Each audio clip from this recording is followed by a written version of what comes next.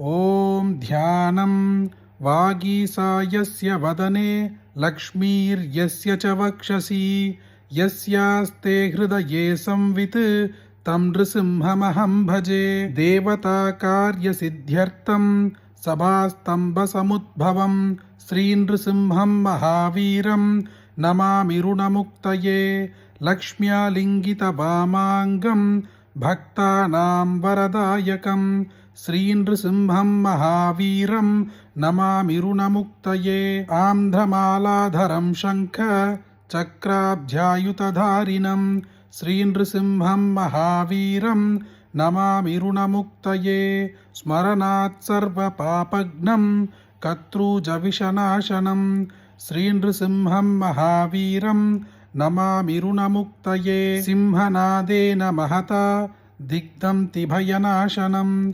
श्रीनृसिंहं महावीरं नमामि ऋणमुक्तये।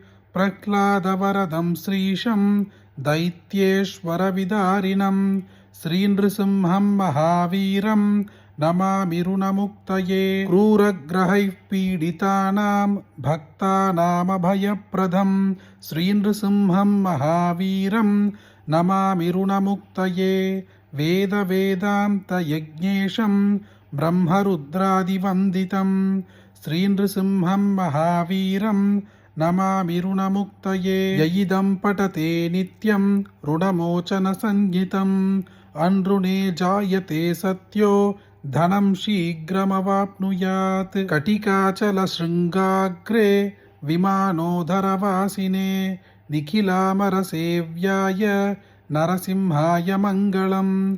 उदीचीरङ्गनिवसत् सुमनस्तोमसूक्तिभिः नित्याभिवृद्धयशसे नरसिंहाय मङ्गलम्। सुधावल्ली परिष्वङ्ग सुरभीकृतवक्षसे कटिकाद्रिनिवासाय श्रीनृसिंहाय मङ्गलम्।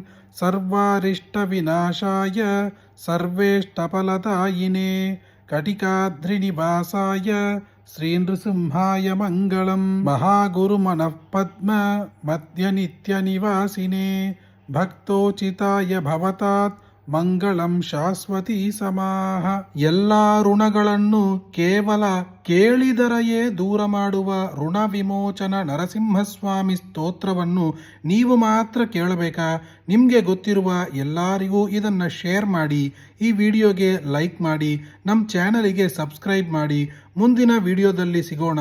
ಜಯ ಜಯ ಶಂಕರ, ಹರ ಹರ ಶಂಕರ.